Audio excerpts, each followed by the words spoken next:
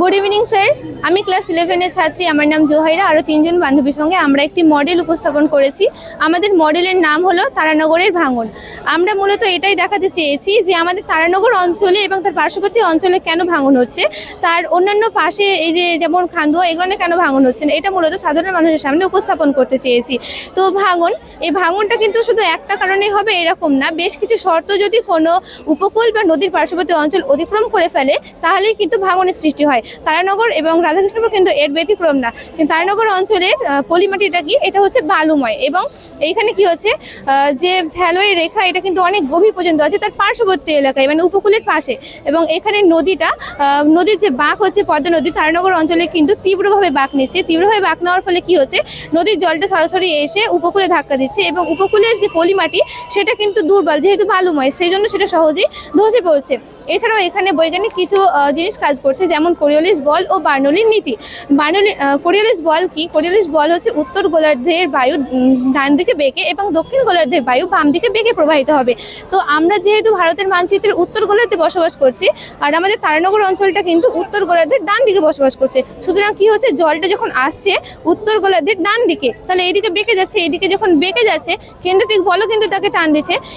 এইভাবে যখন তাকে টান দিচ্ছে, সে খুব গতিবেগে আছে এবং যখন গতিবেগ বেড়ে যাচ্ছে, সেখানে বার্নৌলির নীতি কিন্তু কাজ করতে শুরু করছে। বার্নৌলির নীতি অনুযায়ী তার গতিবেগ বেড়ে গেলে চাপ কমে যাচ্ছে, চাপ কমে গেলে কিন্তু ক্ষতির সৃষ্টি হবে, এটা বার্নৌলির নীতি বলছে। এগুলো তারানগরের ছবি নাকি? হ্যাঁ স্যার, এটা হচ্ছে তারানগরের ভাঙনের ছবি।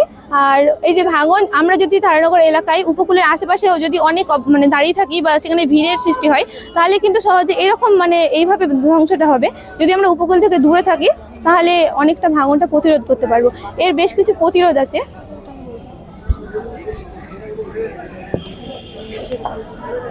জিও ব্যাগ ইউজ করে এর প্রতিরোধ করা সম্ভব। জিও ব্যাগ হচ্ছে সিনথেটিক ব্যাগের মধ্যে বিভিন্ন বালি এবং পলি ভরে নদীর পাড়ে সাজিয়ে হচ্ছে জিও ব্যাগ ইউজ করে এর ভাঙন রোধ করা সম্ভব। এছাড়াও বিভিন্ন গাছ লাগিয়ে, যে এই অঞ্চলে যেসব গাছ হবে, যেমন হচ্ছে অর্জুন গাছ, হিজল গাছ, এসব গাছ লাগিয়ে হচ্ছে এর প্রতিরোধ রোধ করা সম্ভব। এছাড়াও নদীর চর অপসারণ করে নদী যাতে স্বাভাবিক গতিতে প্রবাহিত হতে পারে, তাহলে এটি রোধ করা সম্ভব। এছাড়াও ড্রেজিং ব্যবস্থার মাধ্যমে নদীর পলি বালি সব কিছু রোধ করে হচ্ছে এর ভাঙন রোধ করা সম্ভব। এছাড়া নদীর শাসন ব্যবস্থা, মানে হচ্ছে নদীর তল থেকে চাদর বিছিয়ে কংক্রিটের ঢালাই করে নদীর ভাঙন রোধ করা সম্ভব। এছাড়াও ভেটিভার ঘাস নদীর উপকূলে লাগিয়ে, ভেটিভার ঘাস হচ্ছে একে স্থানীয় ভাষা হচ্ছে বিন্না ঘাস বলে, যেটি হচ্ছে নদীর তলদেশে 15 থেকে 10 কিলোমিটার পর্যন্ত গিয়ে নদীর মাটিকে আঁকড়ে ধরে রাখে, ফলে এইভাবে নদীর ভাঙন রোধ করা সম্ভব। ঠিক আছে, থ্যাংক ইউ স্যার। আপনার কোনো প্রশ্ন থাকলে আমাদের করতে পারেন, আমরা উত্তর দেওয়ার চেষ্টা করব। আচ্ছা, তারানগরের এই ভাঙন তো একটা জ্বলন্ত সমস্যা। হ্যাঁ, আমাদের প্রাকৃতিক ঘটনা, আমরা চাইলে যে রোধ করে দেব, এটা কিন্তু পারবো না। কেন? প্রাকৃতিক ঘটনা হলেও কি আমরা কিছুটা হলেও রোধ করতে পারবো না? সম্পূর্ণ যে এটা বন্ধ করতে পারবো, এটা আমাদের সাধারণ মানুষের সাধ্যের বাইরে, যেহেতু এটা প্রাকৃতিক ঘটনা।